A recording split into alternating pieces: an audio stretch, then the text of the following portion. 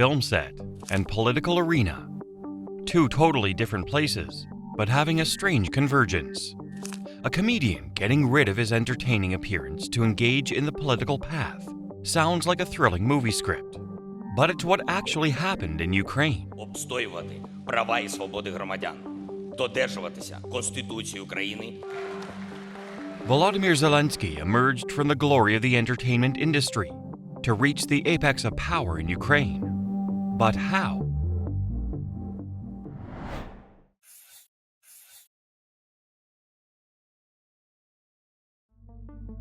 85% українців підтримали європейський вибір. You're looking at Petro Poroshenko, the fifth president of Ukraine. He assumed power against the backdrop of his predecessor, Yanukovych, having just been ousted in the Euromaidan Revolution of 2014. Despite promises of fighting corruption, from 2010 to 2014, Yanukovych's government received numerous accusations of serious corruption. After gaining independence from the Soviet Union, Ukraine segregated into two clear sections. Half of it wanted to integrate more with Europe, even joining the EU and NATO. The other half wanted intimacy with Russia, especially the Donbas region. If you returned to 2014 and asked citizens of this country, do you want to join the EU? This would be the results you got. The pro-Western bloc was clearly the majority in Ukraine. With such a psyche, people would demand their leader to have corresponding policies. Yanukovych did lend an ear, and he declared that a special relationship agreement was going to be signed between Ukraine and the EU. But at the last minute, he turned the tide. This event was the last straw for Ukrainians' patience. They decided to overthrow Yanukovych in the Euromaidan demonstration of 2014 to vote for another president. Poroshenko assumed power with a promise to recover the country, but he was just on par with his predecessor. Despite important reforms to revive Ukraine's economy, separatists kept on waging conflicts in the context of utmost instability in the eastern region. Two ceasefires signed in Belarus's capital were also of no use. People gradually realized that Poroshenko was a leader willing to go against his word. He promised to fight corruption to the end, but in fact, Poroshenko attempted to cling onto his sweet empire. The Ukrainian leader also owned a broadcast channel named Channel 5.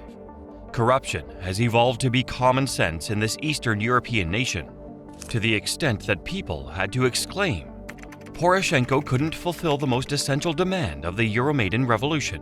Surrounding himself were also corrupted figures, but he turned a blind eye. The current situation in Ukraine shaped the most basic request of the people, which was mocking their leaders. Among uncountable moanings, a familiar voice emerged. Мамуль, ты не можешь погладить мне рубашку? У меня больные ждут сынка. А меня здоровые, причем целый класс. This is the main character of this video, Volodymyr Zelensky. These images appeared publicly for the first time in 2015. Then, Zelensky was a movie star and founder of Studio Kvartal 95. In 2015, Kvartal 95 debuted the TV series Servant of the People. The main character is history teacher Holoborodko, played by Zelensky. The film's context revolved around the corruption issues that were draining Ukraine. Everything seemed normal until this scene showed up. Достала эта царица наук у вас. Ну хорошо, математика. А история, как ты сказал, х**а собачья. И приумножать свое. Вот и все. Петрович, я сроду тебя таких слов не слышал. Чего ты завелся? Потому что достали все эти вот здесь, понимаешь? Теперь, они заставляют детей в будки ваши строить. Потому что мы свой выбор с тобой начинаем в будках. Понятно? А выбирать-то не из кого. Из двух пи***расов выбираем меньше. И так 25 лет подряд. Ты знаешь, что интересно? В этот раз ничего не поменяется. Да потому что да, понятно. Конечно, он пи***ас, да ну лучше его, те-то хуже. Вась, да пойдем хряпнем, у меня заначка есть. Главное, приходят эти потом пи***асы власть. Пи***ят и пи***ят. Не похуй на маленький, понимаешь? А здоровый такой, похуй пришел нам всем. Льготы, ваши, нахуй, дачи, нахуй. Всех вас, сука, нахуй. The rage of the teacher was recorded by a student and posted online. Quickly, Holoborodko was met with wide appraisal. He was invited to join politics and later became the real president of Ukraine. This is the spotlight of the whole season, and also strikes a chord for Ukrainians. The film took off, and so did Zelensky. Accidentally or intentionally, Servant of the People ignited the very first ambition to step into politics for Zelensky. However, during this time it was not clear. November 2017, on being asked, "Do you want to join politics?" Zelensky was evasive. It's a hard question, but worth exploring. Anyways, Zelensky of 2017 was still a movie star, and his job was appearing before the masses as much as possible. After Servant of the People, he produced many other TV series satirizing Ukraine politics. Among them was Svati, a story about two couples representing two generations of Soviet Ukraine and the independent one. Due to the context, the team invited Fyodor Dobronravov, a skilled Russian actor, to play the main role. Nevertheless, this actor advocated the merger of Crimea and Russia. This was unacceptable for Kyiv leaders. So, when Svati started shooting its last season, Dobronravov suddenly got banned from entering Ukraine. Along with that was a suspension hanging over the TV series due to scenes sensitive to Ukrainian identity. Zelensky hit the roof. He said the legislators are trying to deprive him of his livelihood. He even issued a warning. If they try to prevent us from doing our most beloved job, which is starring in movies, TV shows, and plays, then I am going to deprive them of the support they receive in elections. November 29, 2017, Svati was officially banned. Now, Zelensky was absolutely determined to bring Holoborodko to life. But haste makes waste.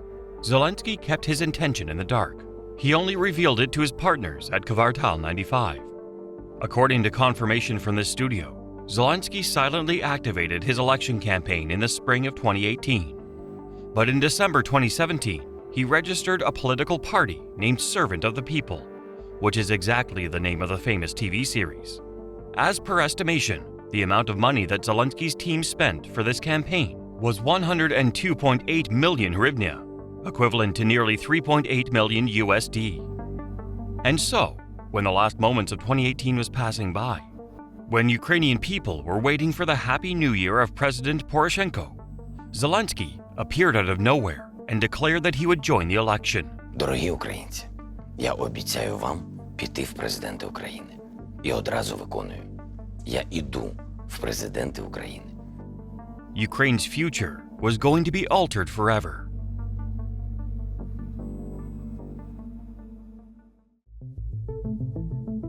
Back to the election declaration of Mr. Zelensky. Those who watched TV that day received the news with suspicion. Where was Poroshenko? Or was this just a part of the comedy that Kvartal 95 had prepared for the audience during the New Year's Eve? Ignoring people's thoughts, Zelensky was serious with his presidential ambition. Competing against the comedian in this race were other 38 candidates. Most prominent among them were incumbent President Poroshenko and politician Tymoshenko. To make himself outstanding, Zelensky used the slogan, "I'm not kidding." Being wet behind the ears in terms of politics, but the founder of Kvartal 95 possessed a variety of advantages. He had a bachelor degree in law. He was an infidel without any experience in politics, and that was another huge plus. Traditional leaders like Poroshenko all broke their promises. Therefore, the advent of a political newcomer would bring a new breath to Ukraine. When he was still running for the election, Zelensky showed his uniqueness. He didn't carry out boring campaigns to call for support. Instead, he took absolute advantage of social media to connect with the Ukrainian people. By 2019, he had attracted a massive number of followers on all his social media platforms. Thus, Zelensky could disseminate his opinions and interact with voters more often online. For example, in an Instagram post in 2019, Zelensky called for people to address their issues as a way to accompany his cabinet to fix the country. This was a totally different approach, as old Ukrainian presidential candidates actively gave their promises on what they would do after being elected. Besides, Zelensky and his team's social media usually displayed this image. This might seem like a picture of a handsome Zelensky in a suit, but no, this is Holoborodko in Servant of the People.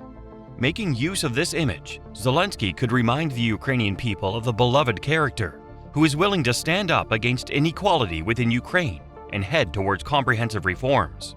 Despite being only a fictional character, the image of President Holoborodko cycling to work, fighting corruption, and lifting the country has embedded in the Ukrainian people a prospect that they dare not dream of under actual presidencies.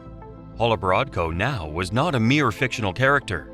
It was a presidential model desired by the majority of Ukrainians. Apart from social media, the Ukrainian comedian also made full use of his Kvartal 95 empire. Still, with their signature sarcasm, Kvartal 95 toured the whole country, performing 2 shows per day. They even performed for the poor, free of charge. Contents often focused on teasing current politicians and promoting support for Zelensky. На гитаре один играл, другой отлично танцевал. Это песни пел для страны. Спать спокойно и видеть сны. Но зато мой друг лучше всех играет блюз. The most notable among them was the Vecherny concert. The more corrupted Ukrainian leaders were, the more inspiration Vecherny got. Not only live shows, but this concert was also broadcast on Channel 1+1. The Vecherny concerts attracted more and more attention from people. They regarded it as a mirror reflecting the real society, and also a tranquilizer after a long day submerged in the fully corrupted country of Ukraine. Zelensky touched the hearts of people in a very artistic yet familiar way. In the last day of the election campaign, Channel 1+1 still broadcast Kvartal 95 shows, with the only interval of a documentary about Ronald Reagan, the US president stepping up for the entertainment industry and paved the way for the end of the Cold War. Zelensky's rivals didn't favor this unique strategy. They wanted to drag him into fierce debates, but the comedian already knew what he had to do. Participating in the debate meant entering the boxing ring of skilled politicians. This is where they control everything, from the stage, cameras, to their points, and even the psychology of opponents. An inexperienced person like Zelensky would surely succumb to total failure. And so, he evaded. Even when he was interviewed about personnel appointments or future policies, he gave an ambiguous answer. For example, my Minister of Defense will not be someone who can deploy troops, but bring them home safely. And then, what comes has to come. Zelensky received 30.2% of the votes. Meanwhile, Poroshenko only got 15.95%. The first round victory belonged to the comedian. But as no one passed the 50% threshold, the second round of voting would be conducted almost 1 month later. Poroshenko asked Zelensky to join a debate in a studio supporting him on April 14, 2019. Of course, the comedian kept rejecting and requested that the debate would take place on April 19th at the Olympic Stadium. It was a strategic choice of Zelensky to drag Poroshenko into his boxing ring. With the advantage of being an actor, holding a debate at the largest stadium in Ukraine would turn this monotonous event into Zelensky's own show. Звертаюсь до Петра Порошенко. Ви кличете мене на дебати. Мріяли, що я втечу. Ні, я це не ви у 14-му році. For Poroshenko, because of the overconfidence in his experience, he immediately accepted the offer. І з приводу війни ми зробимо все, щоб її закінчити. Дуже дякую. Слава Україні! That was the last line of Zelensky in the debate. He also had the last nail in the coffin of Poroshenko's career.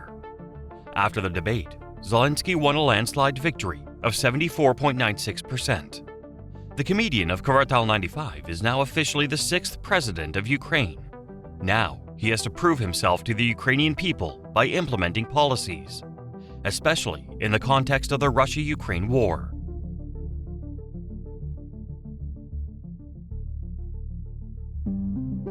Since assuming office, Zelensky's foreign policy mainly concentrates on 3 main points: anti-Russia, at the same time retake Russia-occupied territories, comprehensive integration with the EU, and participation in NATO. Zelensky inherited almost every foreign legacy of Poroshenko. This is understandable, as his main concern is domestic politics, not diplomatic relations. Therefore, Zelensky's foreign policies are primarily based on people's opinion. Moreover, the fact that the Servant of the People Party gained a landslide victory in the 2019 parliamentary election also extinguished resistance from Zelensky's opponents, stating that EU is one of the main factors in international politics and an important partner of Ukraine in Europe. Zelensky quickly packed up to visit them right after his inauguration. First, he came to Belgium, working with EU and NATO officials. After that, he set foot in France and Germany, the two pillars of the EU, the duo that plays a pivotal role in settling conflicts in the Donbass region. À l'étranger, en ma qualité de président de l'Ukraine, le niveau de partenariat entre l'Ukraine et la France. This map summarizes all the visits that Zelensky has paid since 2019. You can see that Europe and the Americas caught the most of his attention. As for Russia, Zelensky utilized multilateral platforms to accuse Moscow of annexing their lands. President Zelensky also delivered his remarks at NATO, the OSCE, and other institutions on what Russia had done to Ukraine. Ukraine is longing for peace. Europe is longing for peace. The world is saying it doesn't want any war, while Russia is claiming she doesn't want to intervene. He even established a forum called the Crimea Platform in 2021 to affirm sovereignty over this peninsula. Zelensky also made use of legal procedures to sue Russia. As in 2022, he filed a lawsuit to the ICJ against the special military operation of President Putin. It is clearly observed that under Zelensky's presidency, anti-Russia and pro-Western attitudes were embedded deeply into Ukrainian society and politics. Being a public figure, perhaps Zelensky had no difficulties in speaking in front of international delegates, discussing what he considered justice that other countries need to abide by. He precisely struck the West's fear of Moscow, raising support both in terms of materials and mentality for Kiev since the war broke out. He also received higher approval from Ukrainian people since February 2022. But his lack of experience in foreign policy matters that pushes him into a deadlock with Russia. Listening to the will of the people is good, but he also needs to calibrate it with reality.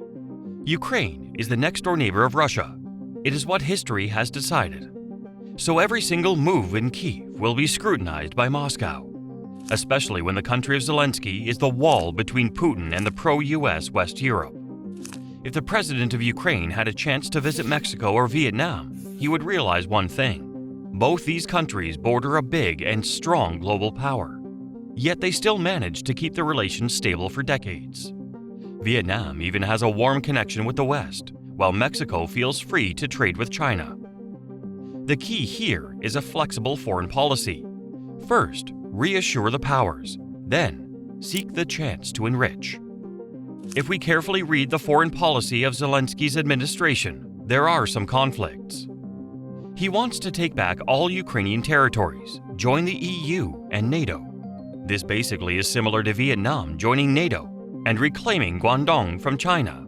Of course, Vietnam is not going to do that, as that would mean stepping on the interests of a country bigger than it in all aspects. Playing with fire invariably results in getting burned.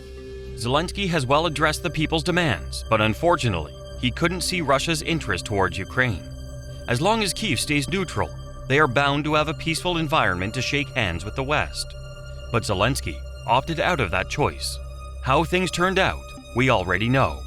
Мною принято решение о проведении специальной военной операции. We're trying to solve a problem. Don't tell us what we're going to feel. I'm not telling you. Because you're in no position to dictate that. Remember this. You're in no position.